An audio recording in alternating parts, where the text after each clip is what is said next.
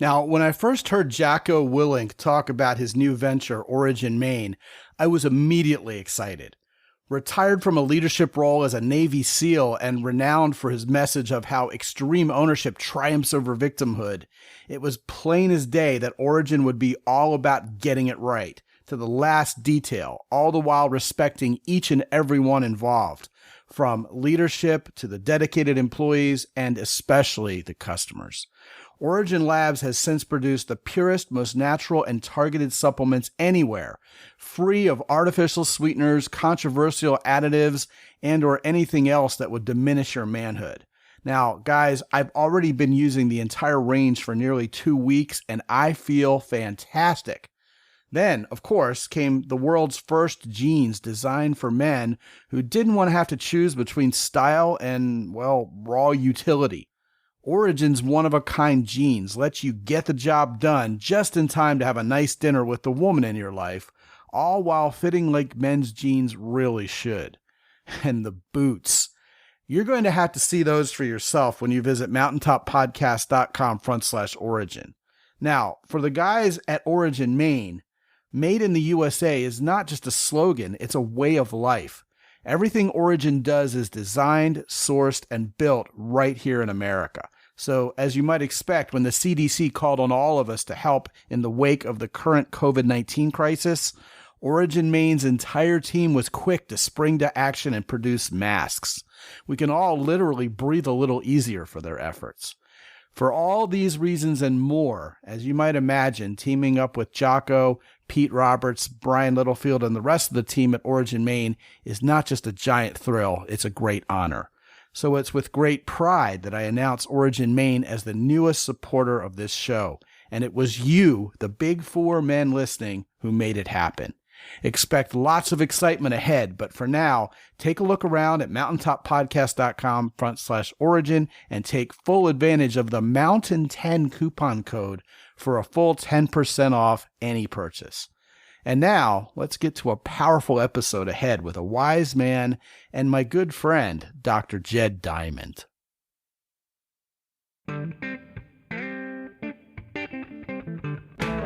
Live from the mist-enshrouded mountaintop fortress that is X and Y Communications headquarters, you're listening to the world-famous Mountaintop Podcast. And now, here's your host, Scot McKay. Greetings, gentlemen. Welcome to another episode of the world-famous Mountaintop Podcast. My name is Scot McKay, at Scot McKay on Twitter, Real Scot McKay on Instagram, Scot McKay on YouTube. The website is, as always, mountaintoppodcast.com. And I also, as always, encourage you to join our hardy and rough and ready group of real men who are striving to be big four men of character at the Mountaintop Summit Facebook group. With me today is a friend of mine whose work I respect very much, and he is the author of a brand new book called 12 Rules for Good Men, and it's good stuff, and I'll point you to it at the end of the show, of course. The topic du jour that we're going to discuss is a timely one, given what's going on right now as we record this with the COVID-19 virus, and that's what he calls Disconnection Syndrome. So I want to reintroduce you to my good friend and returning guest, none other than psychologist and therapist, Dr. Jed Diamond. Jed, welcome, man. Hey, good to be here again. Nice to talk to you. Yeah, every time we've done work together, the guys have been all over it. It's always a fantastic, fruitful, productive conversation full of amazing, actionable items. And I expect today will be more of the same wonderful content that we can always expect. So with that in mind, I want to go ahead and let you riff on exactly what disconnection syndrome is, because I think it's timely in this day and age where we're all being told to shelter in place and practice what the new buzzword is, which is social distancing, right? So what is disconnection syndrome? Well, beyond the catchy phrase, I really believe that disconnection syndrome underlies a lot of the problems that we're seeing today in the world, in our relationships with our partners, our mates, our relationship with ourselves, and our relationship with the whole earth and the environment that we're all part of. And what I mean by it is that we've become disconnected from everything. We are connected in social media, but what we lose when we're online or connected to social media is often we lose the connections in our day-to-day lives. We don't talk to our kids as much. We don't talk to our friends as much. We don't sit down at the dinner table together.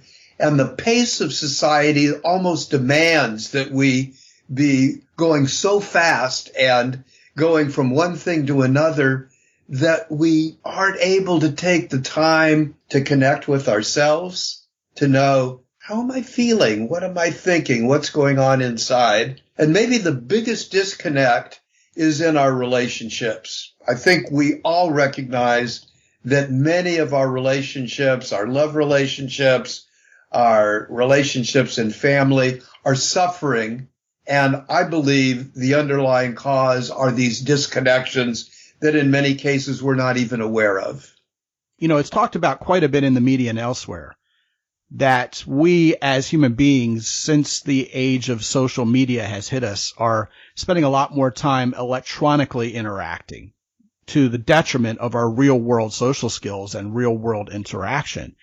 And with this present situation that's driven by the global pandemic of us being kind of holed up, in a way, that's a relief to some people, I would think, who have gotten used to interacting on Facebook and on Twitter and kind of checking in with a lot of people at once rather than interacting with a few people. In other words, it's become a global village on the interaction scale for people. And as you so eloquently described, it's like being spread a mile wide and an inch deep socially. And that's overwhelming to people to the point where real, actual, more intimate conversation with real, actual people in real time is largely, dare I say, becoming a thing of the past. People have forgotten how to do it, in fact.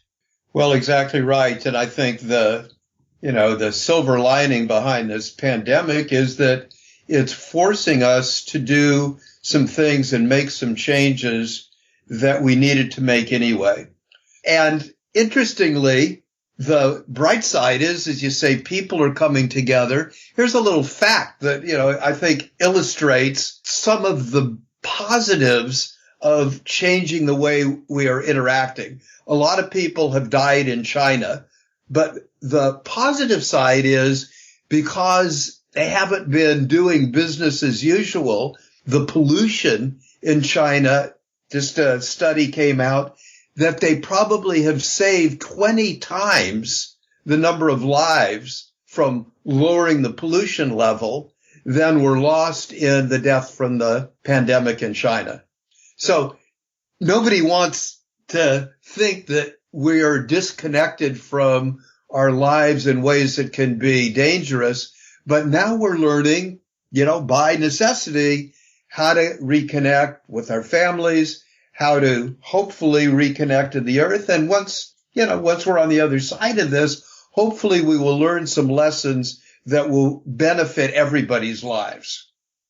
Well, certainly the global phenomenon of the world seeming a lot cleaner, and indeed people are doing pollution samples and what have you, seems to be borne out by truth. I mean, just taking a bicycle ride around my neighborhood, it smells like Yosemite National Park out there at dusk, not like a suburban neighborhood in a major city.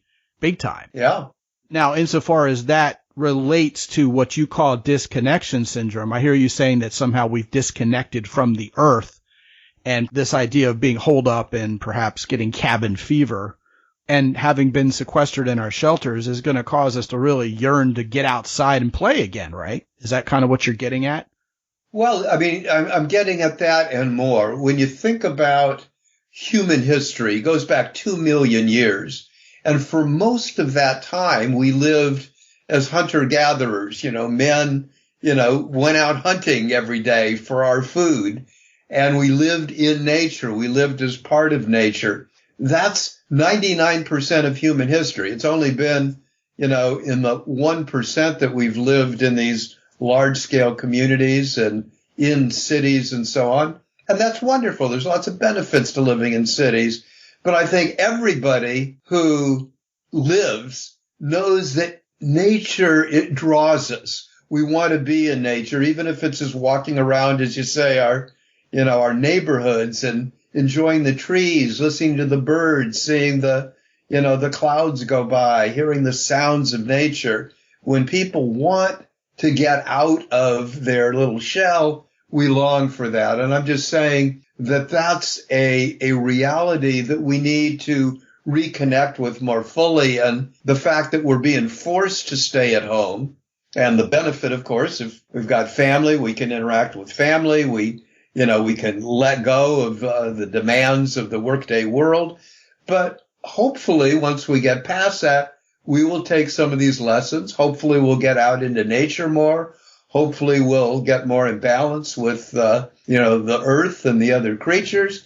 And hopefully, this will improve our relationships with ourselves, with our mates and our families, that, in fact, we'll be able to create more reconnection in ways that are going to be healthy and loving and something that we're all going to look forward to. Yeah, a curious feature of human nature is, of course, that tendency within us to want that which we cannot have. So now that someone has told us, hey, you're not allowed to interact with other people. You're not allowed to go explore on the larger scale outside of, your immediate neighborhood. Obviously, people are out jogging and walking the dog and so forth, but traveling and exploring national parks looks like something we're not going to be doing much of this summer. So when you tell people they can't do it, it makes them want to do it. So I agree with you. This may be a watershed moment in our postmodern culture where people really do want to get back outside and revert to what I think is a very positive development of wanting to interact with each other. I mean, people are talking about video dates as a reasonable facsimile for dating in real time. And, I have my own rant on that I've given to my Facebook Live guys. And I believe it's just fall out of bed knee-jerk dating advice to try to help people know how to do a Skype or Zoom date instead of dating in real life. Hey, people have been doing that already. Right. People get on video chat and talk to each other before they meet in real life. And that is not a date. It's not going to be a real date until you actually meet this person, find out what their breath is like, find out what they smell like, find out what their voice sounds like in person, and get a real 3D view of this person and see if you really get along with them. There's just no real substitute for real-time interaction. And I think that's what people are going to come to grips with. And I would dare say that the phenomenon of FaceTiming with people and talking over Zoom, I know my kids are connecting via video chat with all of their friends. My daughter's been doing that for some time because of the sport she participates in. A lot of her friends who she's close with actually live in other states. But what I think is going to happen, what I suspect is going to happen, and you can give your opinion on this also, Jed, is that people are going to realize very quickly, I'm substituting video conferencing for real life interaction, and it's a cheap substitute. It isn't a real substitute. And I think another thing that may come from this, if I dare stir the pot, is all the guys who are going to be consuming larger amounts of pornography than they may have before this are going to realize this also is a very cheap substitute for real actual interaction with women. What say you? Well, I agree. And I think, I told you, I have a PhD in international health and have done some That's very convenient. interesting, yeah, right. So very interesting, brain studies that have done that demonstrate the difference between pleasure and happiness. And the pleasure centers of the brain release a neurochemical called dopamine. And that, that's that feel good that makes you want to, I want more of that. And that's the direction that leads to addiction. That's whether it's pornography addiction, where you watch that and you get that dopamine rush, and then you want more, and then you want more. And interestingly, another brain chemical called serotonin in the brain leads to contentment. It's the kind of happiness that comes from, a beautiful sunset. It comes from having real life interactions with people and a real love interaction if you're, dating, that you get that relaxed feeling of contentment rather than, if anybody's ever done pornography, and most people have at some point in their lives, most guys, let's face it, there's that tendency that you get a rush of that excitement, that dopamine pleasure, and then you want more of it and you want another. Well, what's next? What's after this? So what I call for, and I think what you're describing, is the human animal. And we're all animals. Let's face it. We are, we're humans, but we're animals. And you can't substitute, the mating dance, the love dance, the desire to connect from those face-to-face interactions. You said it very well. We need to smell each other. We've been doing that for 2 million years. We need to hear the sound. We need to feel the touch. We need to, get the tactile sensations. None of those things can be substituted by the digital world. And in fact, that world has the tendency to take people farther away from themselves, to make it more difficult for people to connect in real life, and to get people less happy, more depressed, while you're rushing for the latest pleasure. That's what I'm trying to get people disconnected from the negative and reconnected to the positive. A solid point there that comes to mind is we as humans are blessed with 5 senses with which we can interpret our environment as we live and have consciousness. When we're watching anything on video, I don't care if it's full motion, HD video, you're only entertaining 2 of your senses. So right. By virtue of the fact that only 40% of your senses are activated by anything that's on video, we are by definition cheapening ourselves out of a full body, full sensual experience. And that's something I've never heard anybody throw on the table before. I think it's a rather profound point. It is. And it's, it isn't just that we're only using a few of our senses, but what happens when we continually stimulate the dopamine centers in the brain is you keep wanting to just use those too.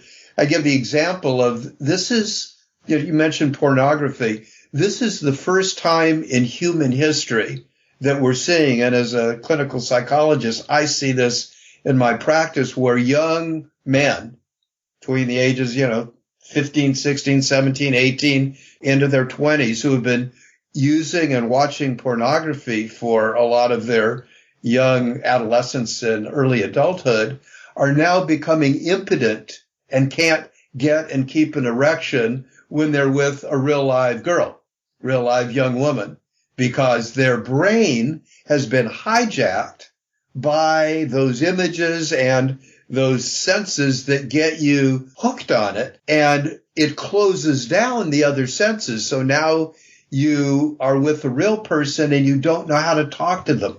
You don't know how to interact. You don't know that little seductive dance that most of us remember when, you reach out this way and she does this, and there's a dance that only can happen in real life between real people who are multi-sensed and multi-sensual, and we tap all the senses. That's what we're missing in many ways, and our young men in particular are the ones that are suffering from that.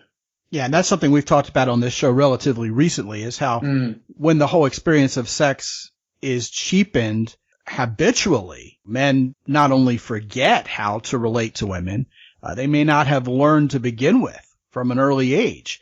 And that dance of seduction and even the idea of what women offer us above and beyond sex can tragically get lost with young people, which gives rise to men thinking, hey, you know what? I don't need the institution of marriage. I don't even need a girlfriend. Hell, I mean, why worry about getting a woman pregnant and getting STDs and all that crazy stuff? I mean, I'll just rub one out watching porn. It's easier and cheaper and much less fraught with complexity. Right. Yet, it's kind of like it's better to have loved and lost than never to have loved at all. Yeah. it's part of living to go out there and take the risk of getting to know someone and getting into a relationship and relating. And it's a risk-reward situation always to enter into any kind of relationship with someone, be it short-term, long-term, business relationship, even a friendship between two dudes, right? But that's how we're designed. And as you just said so poignantly, Jed, the danger there is we're succumbing to a habit that's based on a very recent development in human history. Right. I mean, the advent of HD porn came about with the widespread availability of broadband internet. I mean, right. Those of us who are of a certain age remember being excited about the internet back in the mid-90s, and we had 28.8 modems, and we were watching individual images load very slowly. You're right. Even if we're car shopping, here's the image of the new Toyota pickup truck, and it's coming, 30 seconds later, you get a whole image. Well, nowadays, man, full motion video, you can pick any kind of girl you want naked, doing anything you'd like for her to do, and it just kind of obviates the need, at least on the surface, to do anything further than that. And that's a development in human history that is 15 years old. Right. And we're talking about millennia of human history. Right. So having that dopamine sensor overloaded with such overstimulation of our sexual senses is something we're not designed to handle. And going along with that, the idea of online dating, and in particular, of course, the advent of online dating apps, has morphed us into beings who are addicted to that dopamine rush of getting likes and approval from people. And instead of actually stopping, tapping the brakes and saying, okay, who among these people who have swiped right on me am I actually interested in meeting, and who might I get along with in real life, and with whom might there be a potential for a relationship? We simply go back and get more likes. And this is very frustrating to everybody. We've had people from the online dating apps on this very show. Dawoon Kang from Coffee Meets Bagel comes to mind. And she said they did a survey of their very own users who said, what I can't stand most about this app is ghosting. People flaking on me, disappearing after they allegedly liked me. And then she said an ungodly high percentage of people who use her app admitted to doing the very same thing to other people. So it's this vicious cycle of very shallow, mile-wide, inch-deep interaction with people that leads to nothing that resembles what our human soul, what our human nature is designed to do relative to relationships. And I'd love to hear your thoughts on how you believe we'll get back to basics here, and how we may be able to turn lemons into lemonade based on this present pandemic situation. Yeah, well, you stated very well. Here's what I think would be helpful. And it really, as many good suggestions do, came from my wife. We've been married for 39 years when she gave me the suggestion. It's 40 years now. But the suggestion was this. I'd written 15 books. I thought I'd done my last book when I did a book on relationships called The Enlightened Marriage that helped people hopefully understand the 5 stages of love that I think are necessary. I thought that was it. That was enough. But she said, we need a book for men and the women who love them that really helps men understand what it means to be a good man in today's world. Because she said that the demands on men, the armoring that men are forced to wear in order to meet the demands of a society that is dysfunctional in many of the ways that you're describing. And so I started writing, and the output of that was a book called 12 Rules for Good Men that really took everything I've learned in my life and everything from clients that I've had over the last 40 years and really provided guidance of here are the 12 things you need to do. Because I think good men want to learn this idea that men don't care about relationships or men just only want one thing from women. That's nonsense. Men want to be good men. They want to be men of quality. They want to have relationships that really work. But often, where do we learn it? We often grew up with absent or distant fathers.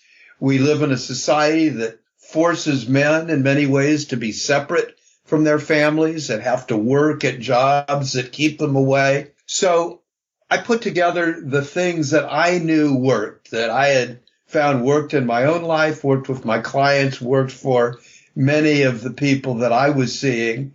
And the feedback I've gotten so far has been really heartening. It said, thank you. This, gives me guidance. Women have said, finally a man now is giving other men the guidance that can be helpful not only to the man and making his life better, but also can make things better in their relationships as parents, as spouses, and just as men of quality that want to feel good about who we are in the world.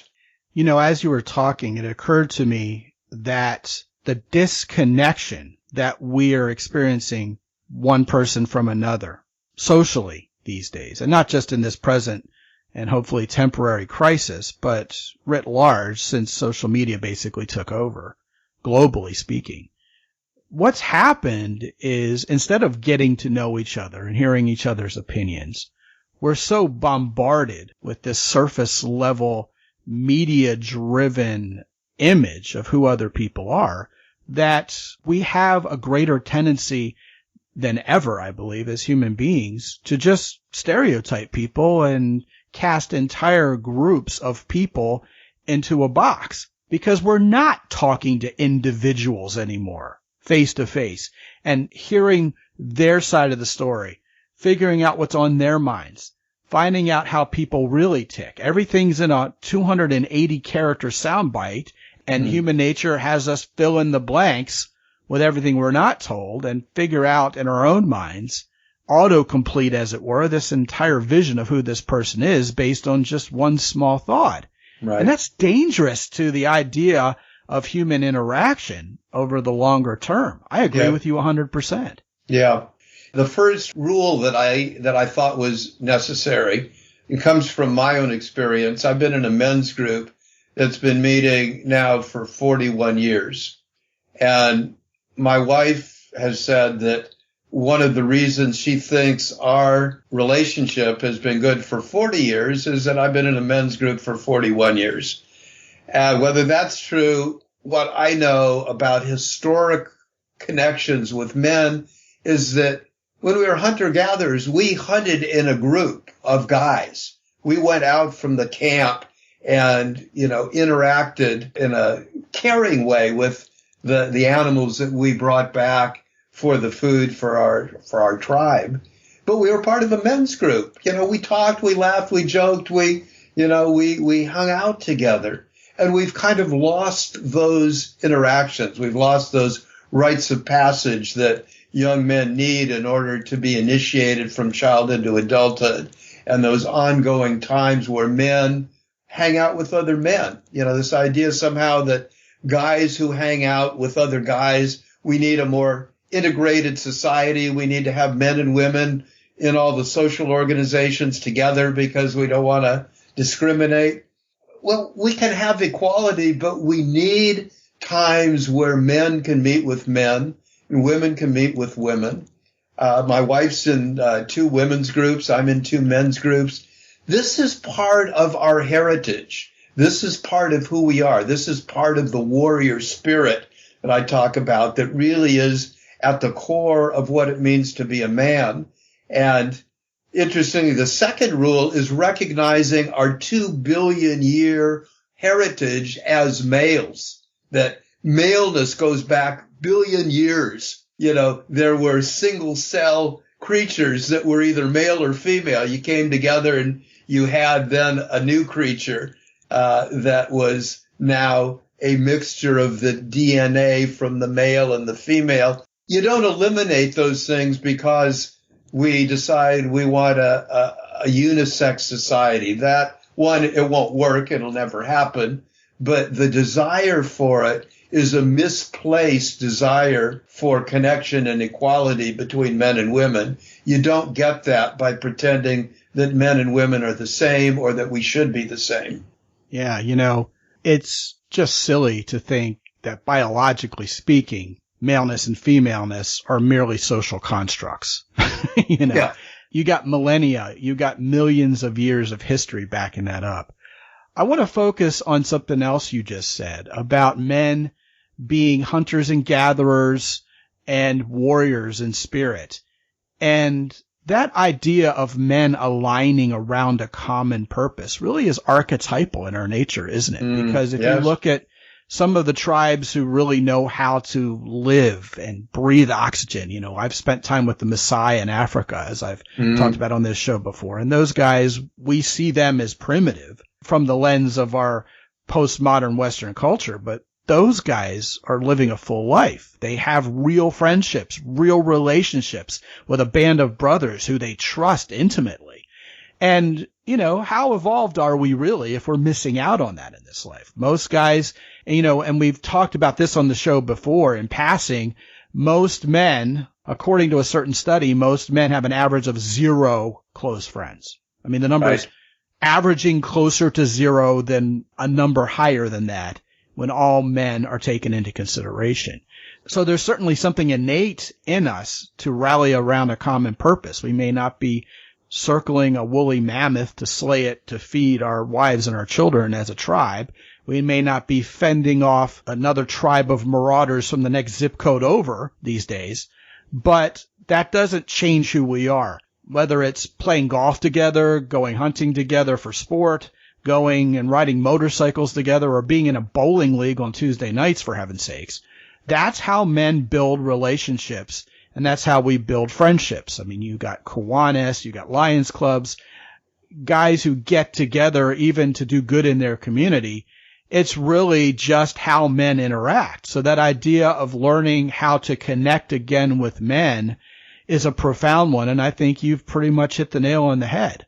We need to get back to the core of who we are, the essence of what it means to be male. And one of the things that is part of our society is that many women particularly will complain that, there must be discrimination going on, that men are keeping women from achieving their greatest potential and rising to the top. There's no woman president yet. There's no women in positions of power as many as men. And so the feeling is maybe women are getting held back by men who don't want them to achieve equality. And there's certain truth to that. There are some men that are holding women back.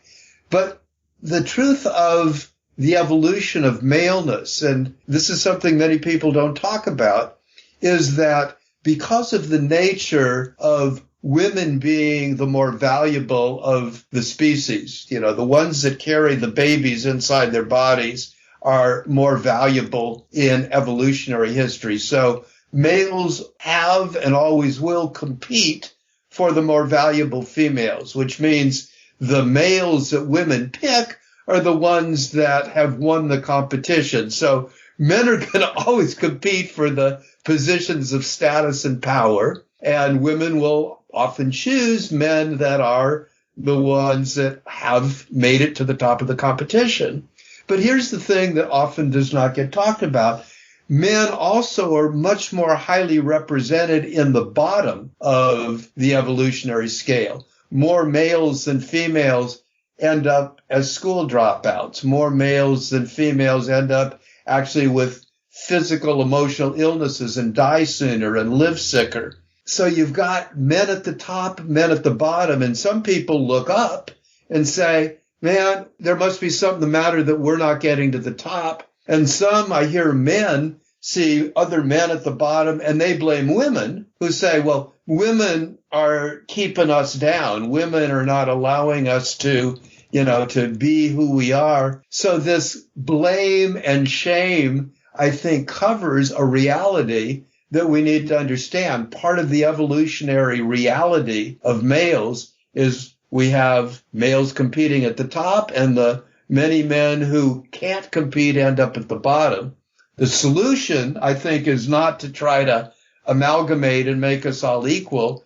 It's to be able to recognize, what are the forces that make certain men make it to the top and allowing women equality. And I have no doubt there's going to be a woman president someday, and women are achieving more positions of authority. But we also have to pay attention to the men who are at the lower end, the men that are ending up in prisons more than women, the men that are dying sooner, the men that have more depression, the men that suicides are much higher for men than for women. So part of what I do is I want to look at the whole spectrum and to be able to provide opportunities through all kinds of interactions so that men can achieve their full potential, can be the great men that they're meant to be, so that not just for themselves, but for their communities, for women and families, because what we want is a better world for everybody.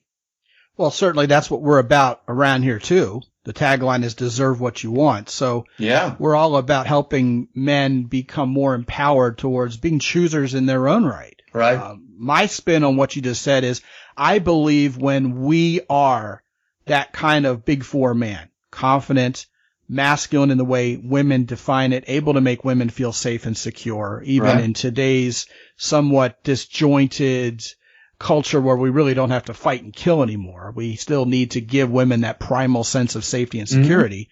And also being men of character who women can trust long term, that transforms us into the kind of men who are suddenly spoiled for choice when it comes to the women who we're allegedly fighting for. Those guys who are most valuable to women likewise get to choose who their mates are going to be because, lots of women are complaining that real men who attract them really don't exist out there anymore. I think of cities like New York City where single women outnumber single men, and women are saying, man, I just can't find the right man who can give me the right kind of feeling and develop the kind of relationship with me, which comes back to us being disconnected again. We just don't know what we're doing. Right. And of course, that message is paramount around here at X&Y Communications. Every man listening to this has already taken the first step by doing so towards becoming a man who deserves what he wants and will have a much greater selection in terms of the women he can eventually build a relationship with. I love it. Yeah. One of the things that has not come up yet in this discussion relative to disconnection syndrome, as you describe it, is something I think is absolutely mission critical to the discussion, and I think it's a suitable place to end this conversation, by the way, and that's how men are disconnected even from themselves nowadays. Right. Can you describe what you mean by that? Well, as I said, that's one of the prime disconnections, and I think it comes from a number of sources, and you've mentioned a number, is that if we are not part of a community of brothers, if we didn't grow up, that's, through hunter-gatherer times, which again is 99% of human history, we were initiated from boyhood to manhood in a group of peers that were our age group, that we all kind of came of age at a similar time. So when we were 11, 12 years old, we were taken away from the camp of the women and were brought into the male and taught some skills that we needed and some ways of being that were needed. And if we don't have that, I describe it as a hole in the soul, that there's something missing because we didn't have that. So that's disconnection number one that's got to be fixed so that we can reconnect with ourselves. The second one I find is when we have missing fathers, when fathers are either denigrated, put down, or never feel and didn't grow up with these skills and don't feel manly themselves, they're going to either be more violent, more dysfunctional, more destructive, have addictions, or just be absent, divorced, gone. So many young boys grow up without dads, and that's a second disconnection. If you don't have the presence of a strong father, it's hard to feel, that you get what it means to be a man. And the third thing is this confusion that I think is still rampant in society, that we want men to live up to somebody's standard other than their own. Women say, we want a man that's this way.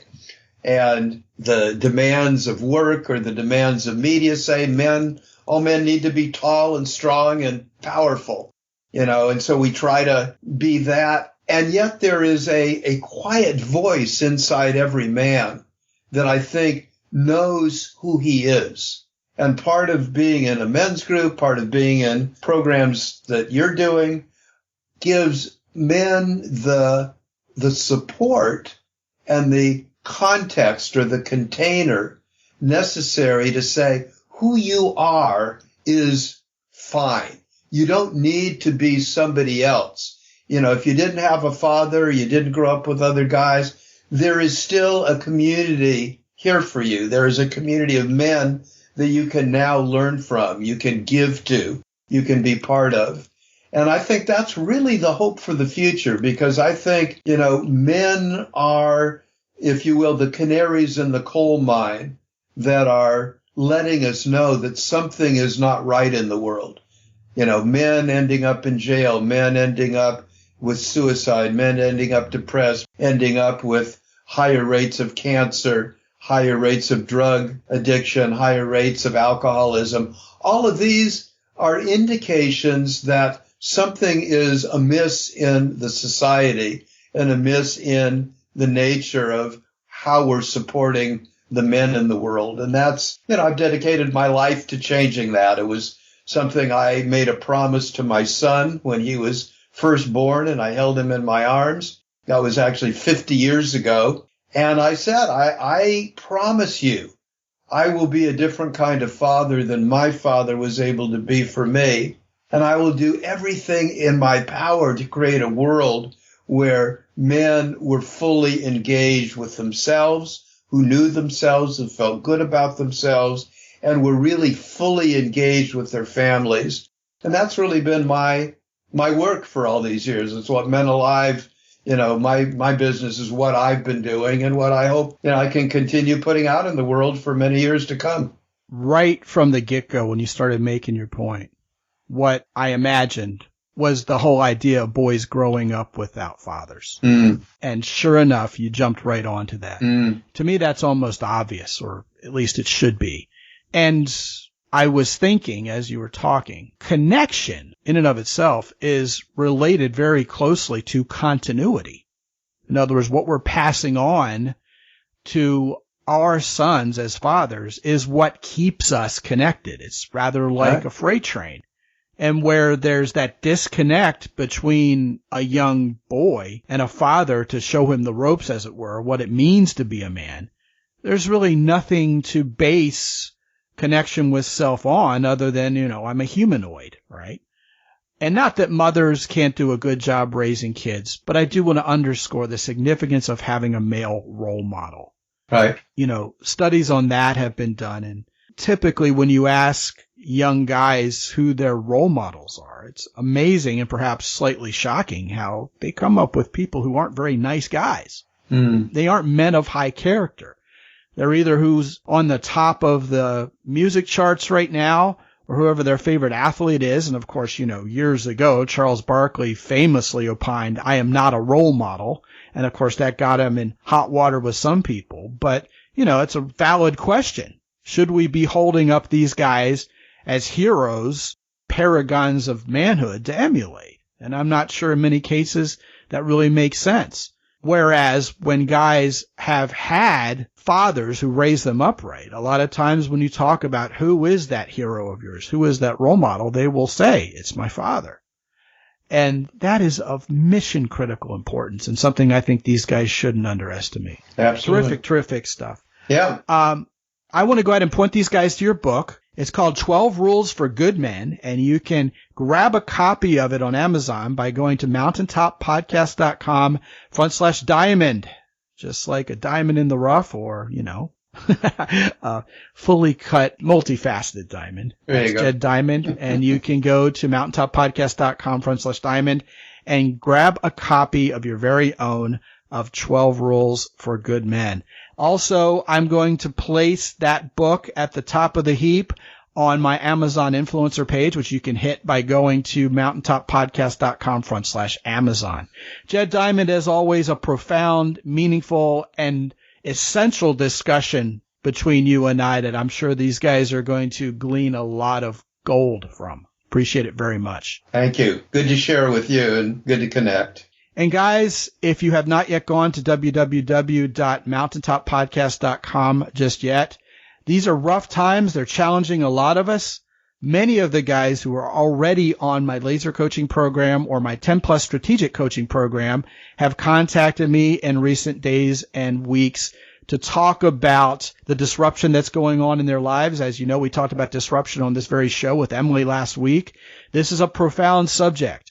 This is something that's terra incognito for most of us, and you don't have to go through it alone.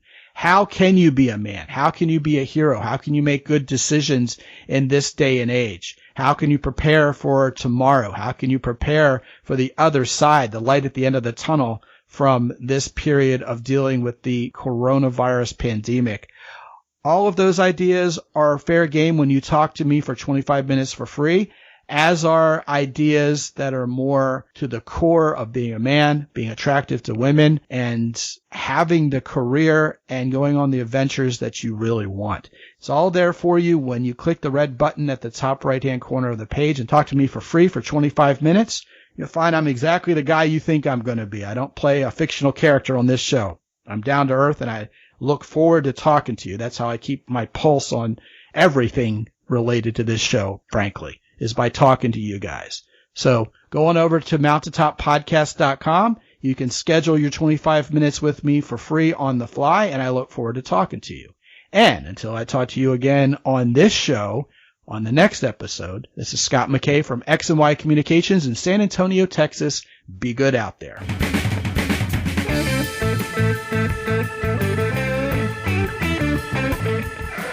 The Mountaintop Podcast is produced by X&Y Communications. All rights reserved worldwide. Be sure to visit www.mountaintoppodcast.com for show notes.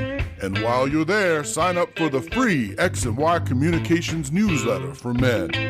This is Ed Roy Odom speaking for the Mountaintop Podcast.